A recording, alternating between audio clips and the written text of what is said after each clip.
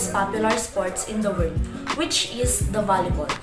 Volleyball is a game played by two teams, usually of 6 players on a side, in which the player use their hands to bat a ball back and forth over a high net. Volleyball was invented by 1895 and it was originally called as mintonette. The one who invented this sport is William George G. Morgan. It was started in Springfield College, Massachusetts. He is also friend with the man who invented basketball, which is Dr. James Naismith. Did you know that these two sports only have a 4-year gap to each other? The game was designed to be a combination of basketball, tennis, baseball, and handball. The first volleyball net borrowed by tennis was only 6 feet and 6 inches tall. The offensive style of setting and spiking was demonstrated in the Philippines in 1916. Over the years that followed, it became clear that standard rules were needed for tournament play. The United States Volleyball Association or USVBA was formed in 1928. The first beach volleyball association appeared on California on the year 1965. Professional player united under the US Spices of the AVP or the American Volleyball Professionals in 1983. During the 1984 Los Angeles Olympics, American men and women took gold and silver medals in indoor volleyball competitions. 4 years later at the Olympics in Korea, the man won again a gold medal. Starting in 1966, two-man beach volleyball was officially introduced to the Olympics. In 1900, a special ball was designed for this sport.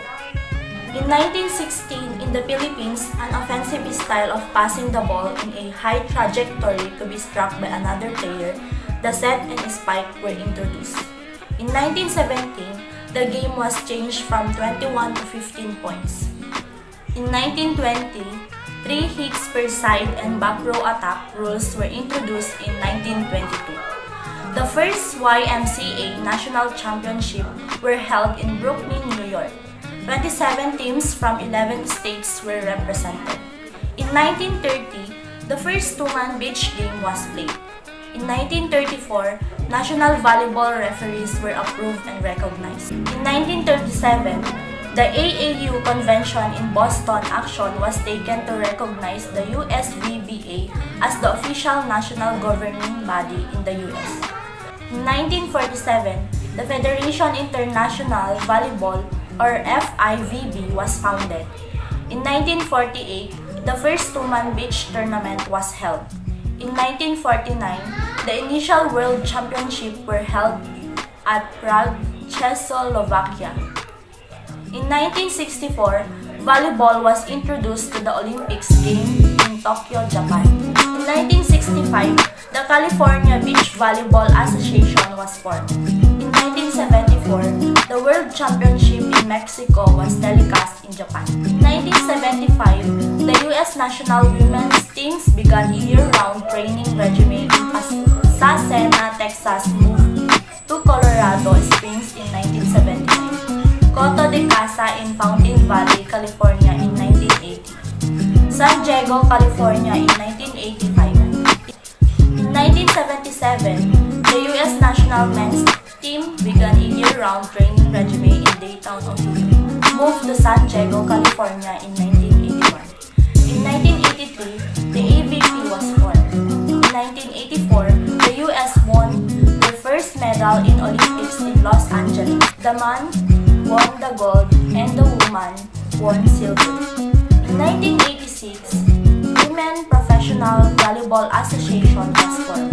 In 1988, the U.S. men repeated the gold in Olympic in Korea. In 1990, the World League was created.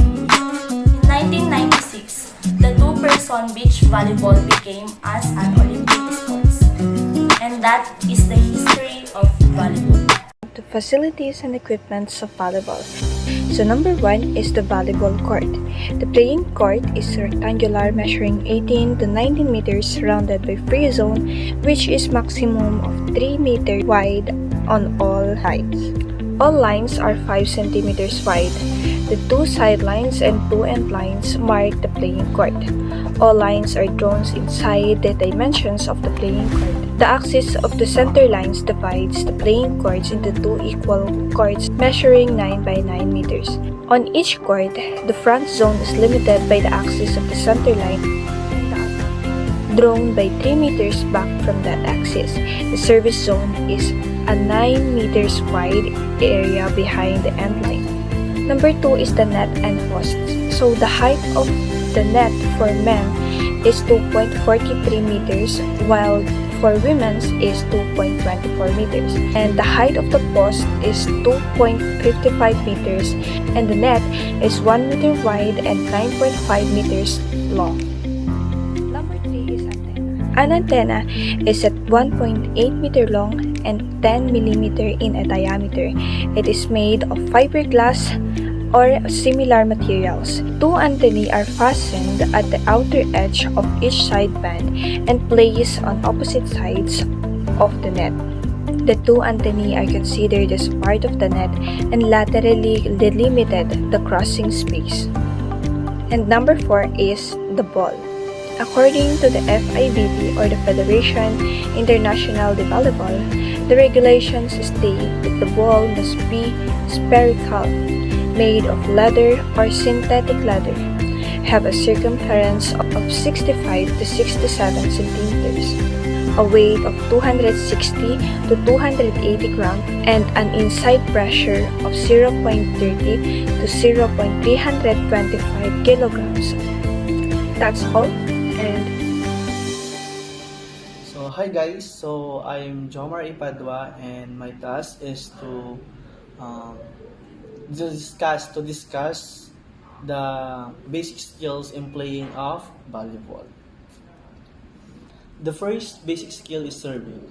The serve is the first contact in a volleyball game and it's an important opportunity to gain an advantage over the opposing team. So it is skill that every player must master as it's the first move that can give your team momentum and shut down your opponent's momentum. Although serves are a great way to score points, serves can also be used to break up the opposing team's formation.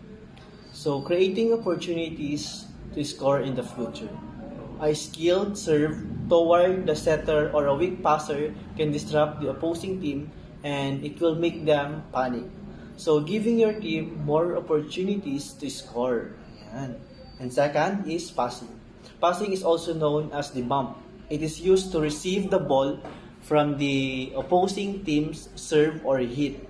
So the goal of passing is to keep the ball in play and set up an offensive play. So to pass effectively, the player should get in position, keep their arms straight and feet parallel, extend their knees forward. So and make them contact with the ball using their forearms. So ideally, the ball should be passed highly toward your setter so that they can facilitate offensive plays for your team. So this is the first step in basic pass set spike sequence that makes up the foundation of volleyball. Offense is arguably the most important skill to have in volleyball.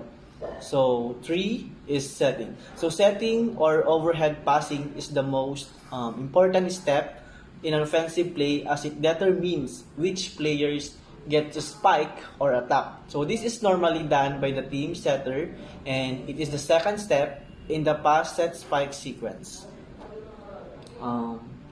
So the setter must have a good hand-eye coordination and the ability to make quick decision to determine who to pass to. Setters must also have a good spatial awareness to know where their teammates are as well as where the opponent's defenses are the weakest. So to set, the player should use their fingertips and create a triangle with their thumb and fingers. So their hands should be above their heads with their fingers relaxed but steady. So with their knees and above slightly bent, when they are about to set, it is important to follow through with the motion with their entire body by extending their knees and strengthening their arms. So also, setters want to create a high and accurate ball trajectory toward their hitters that easy and comfortable to hit. So when playing in a competitive setting where setters are more experienced and comfortable with their hitters, setters can change the tempo of the attack by doing a quicker set. This need to be coordinated with the hitters, but when done right, it can be devastating weapon that's difficult to react to. So number 4 is attacking. So attacking, also known as hitting. It is the final step in pass set spike sequence and it's used to score points. So there are variety of different ways to attack a ball, but the most common and consistently effective way to do so is by spiking. So spiking is a combination of jumping with powerful arm swings in order to smash the ball onto the opponent's side of the court. As you get more advanced in volleyball, there are many different types of spikes you can do.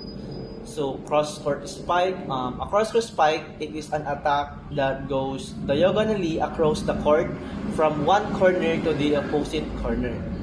So this type of spike is often used to avoid the opposing team's blockers and to target an open area of the court. Second is line spike. A line spike is an attack that goes straight down to the line ahead of the hitter, either on the left or right side of the court. This type of spike is difficult to block, but also it will difficult to land as it's trending the near of bounds line. So third is tool spike. A tool spike is an attack that intentionally hits off the opposing team's blockers. So it deflecting the ball out of bounds. So this type of spike is often used when opposing team's blockers are positioned close to the net and the attacker has limited options.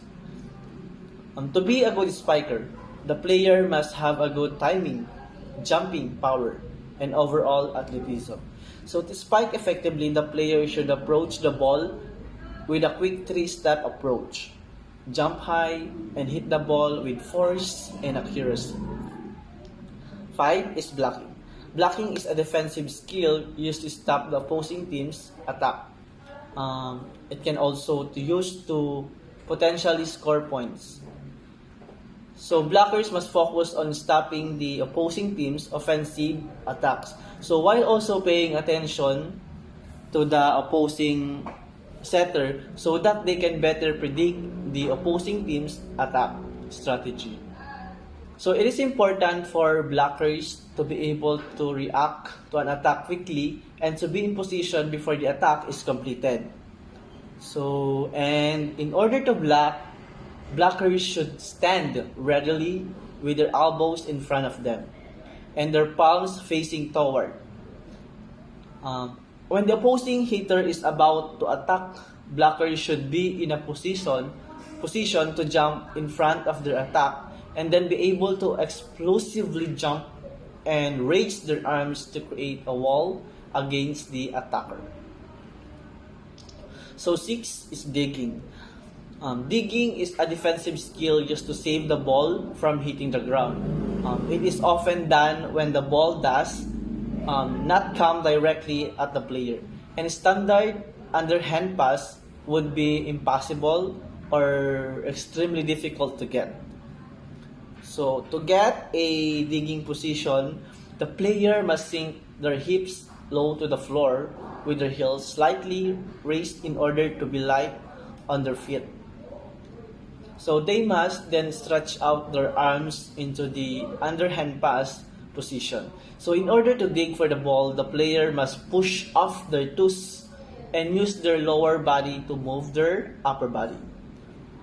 So players must also be ready to dive for the ball, but that's often not necessary if you're already positioned to where the ball might be going.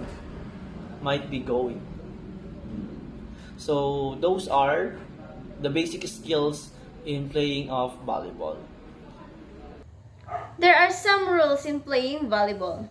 First, only 6 players on the floor at any given time. 3 in front row and 3 at the back row. Second, points are made on every serve of the winning team of the rally. Third, player may not hit the ball twice in any succession, but a block is not considered as a hit.